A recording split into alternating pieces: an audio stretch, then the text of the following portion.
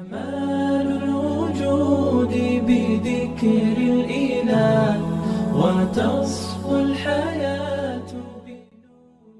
درس از کتاب فقه اکبر امام ابو حنیفه رحمه الله.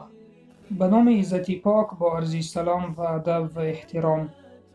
درس هشتم، الله و صفات او بمثل مانند است.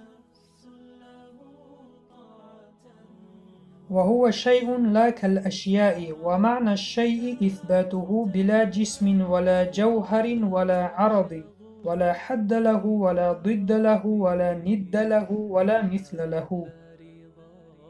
خداوند متعال ذات است که مانند سایر اشیا و مخلوقات دیگر نیست. معنای شیء یعنی اثبات وجود او تعالی بدون جسم و جوهر و عرض، نه حد دارد و نه ضد و نه شبیه و نه ماننده.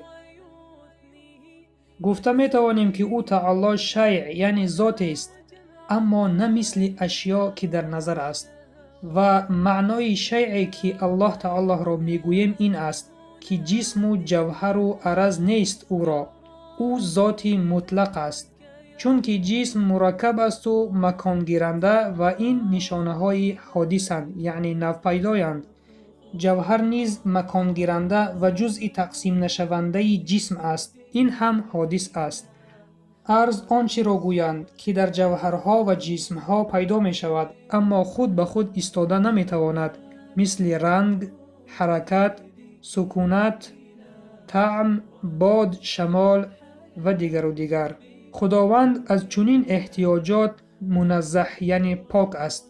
الله تعالی از حد و اندازه نهایت پاک است. بنابراین اجازه نیست که بگویم خداوند به این حد و اندازه چنین و چنان است. تنها میگوییم الله اکبر، خدا بزرگ است از همه چیز. علم انسان همه چی را معین و احاطه کرده نمیتواند، پس چگونه حد و حدود خداوند را معین و احاطه کند؟ هیچگاه نمیتوانیم و هرگز نباید این فکر را در سر جای بدهیم، زیرا این از عقل بالا است و بحث کننده هلاک می‌گردد. الله تعالی را شریک و مانند و او را ضد و معن کننده از چیزی نیست.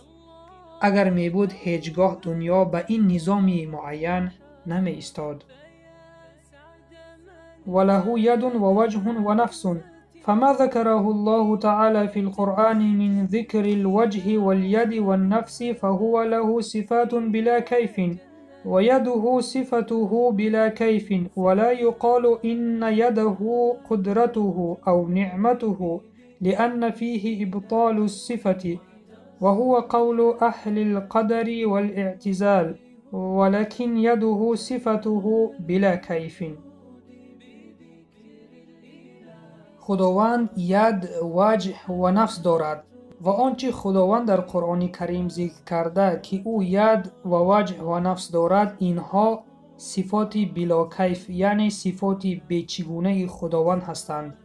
نمیتوان گفت که منظور از ید خداوند قدرت یا نعمت اوست، زیرا در این تعویل ابطال صفت یعنی انکار صفت او تعالی است که این قول قدریه و معتزله است، بلکه ید خداوند صفت بلا کیف اوست.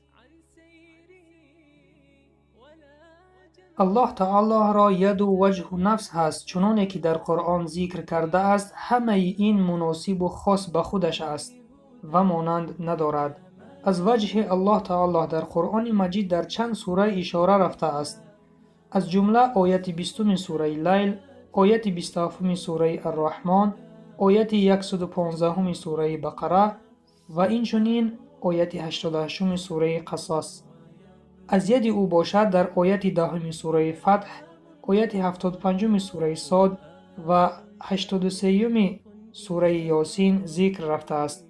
و در بابت نفس او باشد آیت 116 سوره مائده، آیت 11 و 48 سوره صاد دلیل شده می تواند. غیر از آنچه در بالا گفتیم، این چنین در قرآن از ذکر عین نیز اشاره رفته است. آنچه را که الله تعالی در قرآن ذکر کرده است و مناسب به خود خوانده است، همه آنها صفتهای او تعالی می باشند، مناسب به خودش و بی کیفیتند. مثال، ما نمی توانیم بگوییم که ید او تعالی قدرت وی است، زیرا که تعویل کردن جایز نیست. تعویل کردن صفت خلاف مذهب اهل سلف صالح است و این چنین گفته نمیتوانیم که ید الله تعالی نعمت الله تعالی است و این چنین گفتن جایز نیست که وجه او خود اوست و عین او بصر و بینایی وی است.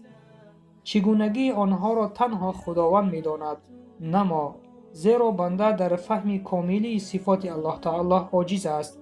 ما ایمان داریم و اقراریم به این ید و وجه و عین و دیگر، اما به کیفیت آن و به مشاهبت و مانند دانستن به مخلوقات.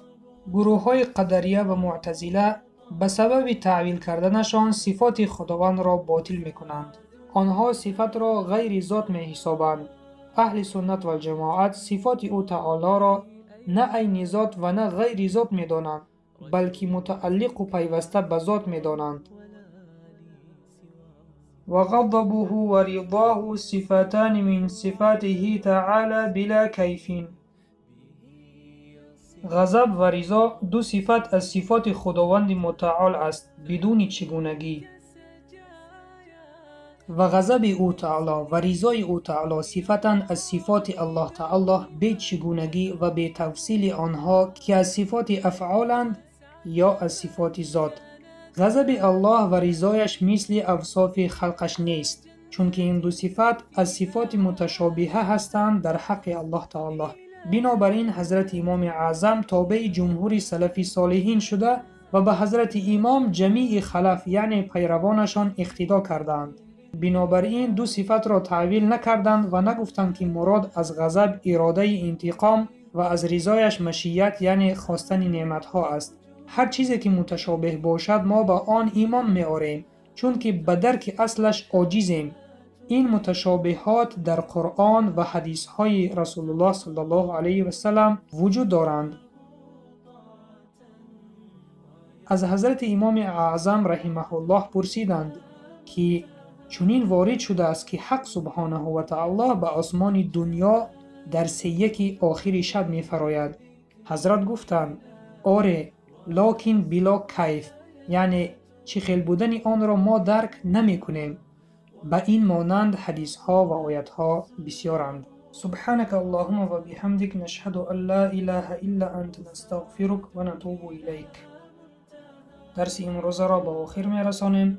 منتظر درس های آینده باشید و سلام بر آن شخصانی که راه هدایت را پیشه گرفتند. أحب لقاء يظل يجيء إلى ربوة قرار ويسمو ذا